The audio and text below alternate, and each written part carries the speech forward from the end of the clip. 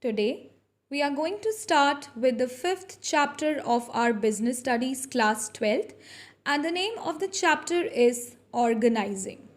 So, let's just discuss a brief introduction about organizing. Once the plans have been laid down by the organization and the objectives are being specified, the next step is to organize resources in a manner which leads to the accomplishment of the objectives. So it says that once the organization has set its objectives and set up the plan, that means how the work is going to be done, what the work is to be done, then the next step soon after planning comes the organizing process. A crucial issue in accomplishing the goals specified in the planning process is structuring the work of an organization to adapt to the dynamic business environment.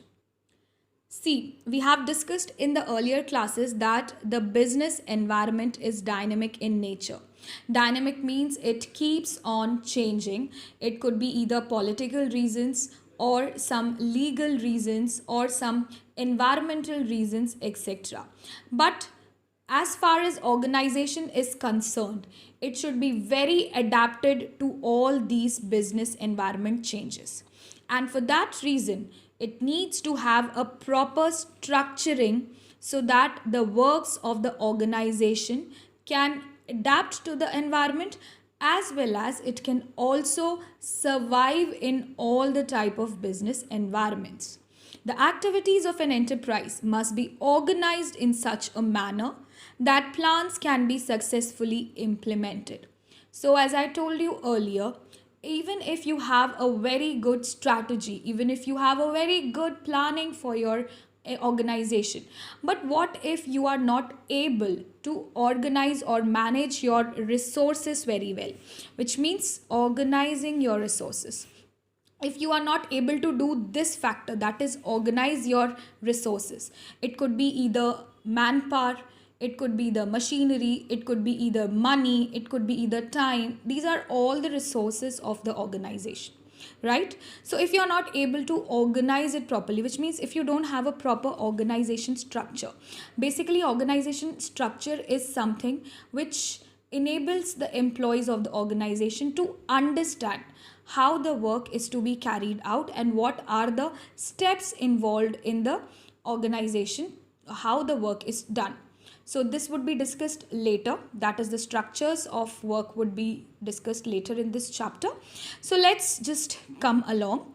For planning to be fruitful, a number of considerations like resources that will be needed, optimum utilization of the same translation of work into attainable tasks, empowering the workforce to enable these tasks, etc. So these are the things which needs to be organized in the organization, and it needs to be understood and dealt with properly. If you are not able to understand how to use the how to optimally use the resources of the organization, or if you don't know how the manpower or the man force is or the workforce is to be used in order to accomplish the organizational goals, then it is all going to go in vain. That is why they need to be properly systematically dealt with.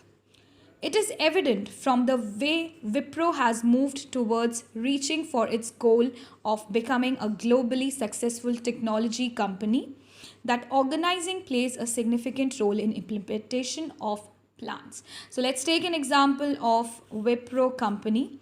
You know that currently it is the fast and the most technologically upgraded company in the economy. And why is that so? That is simply because they have a good strategic planning as well as they know how to optimally utilize all their resources fruitfully. What has Wipro done to become contending force among other global giants or other global companies? Are there lessons to be learned from Wipro's approach? Which means, does the organization require to learn something how the Wipro company or how they deal with their situations or how they manage their resources? So all these things are to be noticed.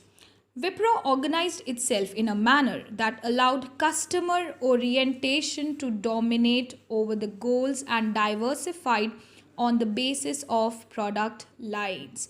So basically, what is their mantra behind success is that all the goals of their organization, that is the Wipro company, it were customized towards the customer orientation to dominate, which means the customers were given the utmost preference, utmost priority, and their demands were currently met so that they do not lose their customer, as well as they keep on satisfying the customers by introducing new products in the product line. So when the customers find that my organization, or let's go with the example of Wipro, if they find out that Wipro is coming out every year with new innovative products, so this will create an eagerness in the mind of the customers to just go on and try with those new products introduced by Wipro.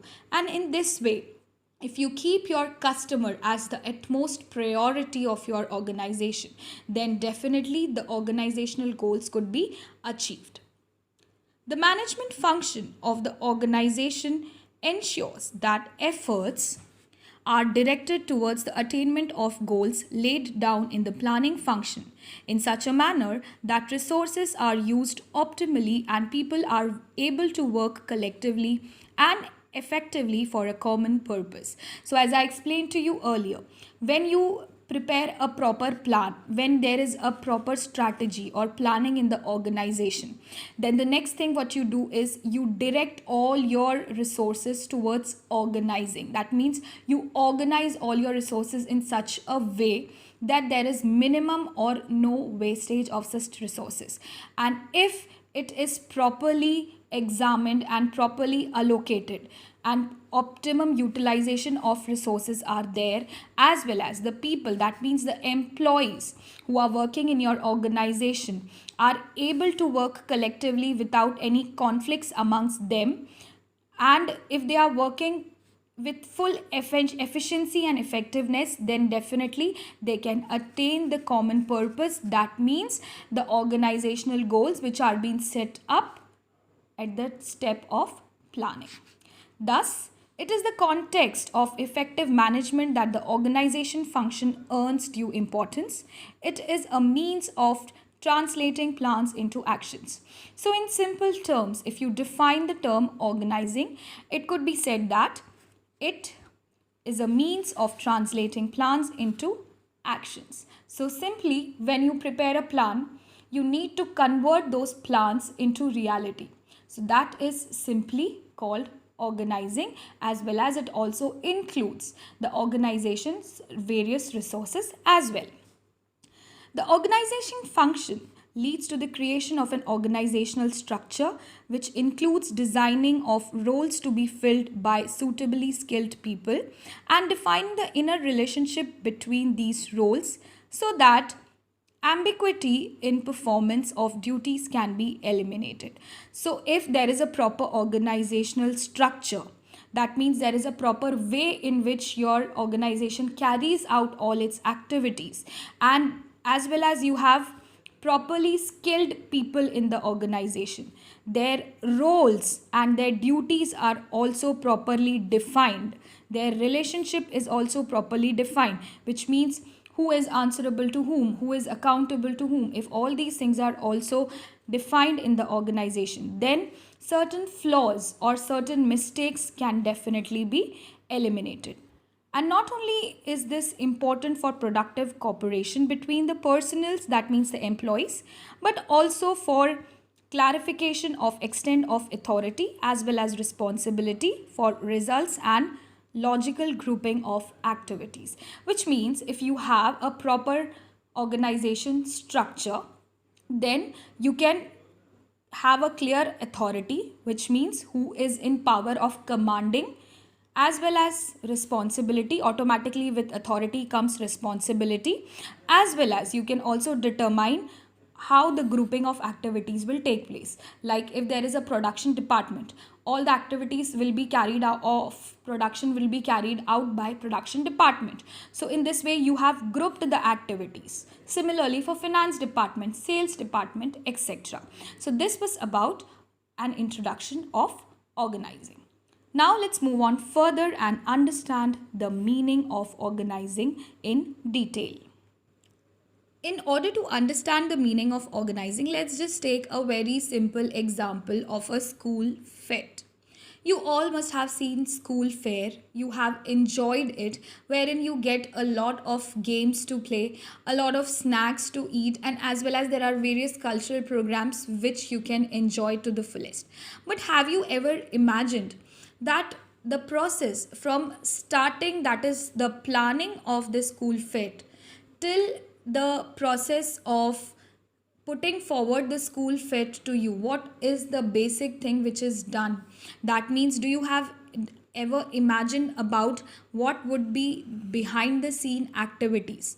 Actually, it is not certainly a thing which is to be planned in a day and carried out in the next day. No, it requires a series of things which needs to be done, starting from the very initial stage of planning till execution. So what is this behind the scene? Let's take the example of school fete and understand that.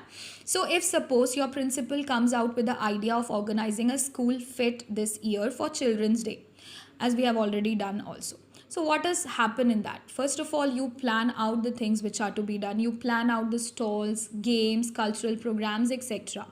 Then what is the next activity done in that?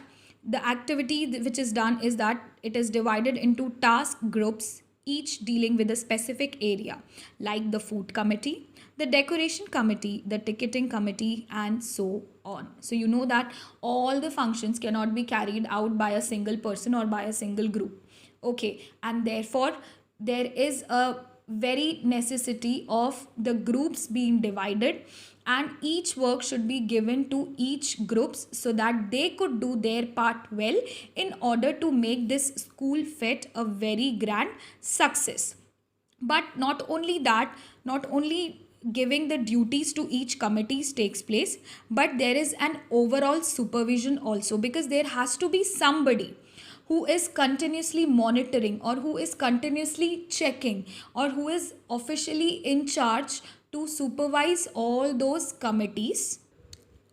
And what does that person do? That person actually supervises whether there is a proper coordination amongst the various groups, so that it enables for smooth interaction as well as smooth functioning and clarity about each group's contribution towards the event. See, because at the end of the day, you are creating or you are organizing a school fete for fun purpose, right? At the same time, you should also be aware that how much collection is got by the food committee, how much collection is got by the decoration committee, what were the collection got by the games committee. So all these things need to be identified at the last, so that it could be evaluated whether the school fete came out to be a success or a failure. For that, there is an official in charge or a supervisor who has an overall look on the factors such or on the groups, and then he ensures that there is proper coordination and there is a proper give and take between those groups, so that there is no internal conflict between them. And organizing essentially implies the process which coordinates human efforts, assembles resources, and integrates both into a unified whole to be utilized for achieving specified objectives. So in simple terms, organizing could be said that it acts as a link between human resources as well as the other resources such as man, machinery, money, etc. So it basically coordinates between human efforts, and it also assembles, that is collection. Assembling means to collect, that means to collect everything. So assembling the resources and integrating both of them, that is combining both of them into a unified whole to be utilized as achieving specific objectives. So you know that human resource is a very valuable resource for an organization. So human resource has to be unified, has to be integrated along with other resources of organization so as to achieve the specified objective of the organization. Now let's understand one more definition of organizing. It can be defined as a process that initiates implementation of plans by clarifying jobs and working relationships and effectively developing resources for attainment of identified and desired results. See, all the organization has its own identified and desired results or goals, right? But is that only enough, that having desires and goals are only enough? No, you have various other factors like organizing the human resource, clarifying the job, which means you need to tell each and every employee what work they have to do, what are the things which is expected out of them, as well as working relationships should be clearly specified, which means who is having the power of commanding, who is my superior, to whom am I answerable. All these things should be clearly stated. That is, the working relationships should be clearly stated, as well as the resources should be effectively developed and managed as well, so that the organization's goals are achieved. So this was about a brief introduction and the meaning of organizing.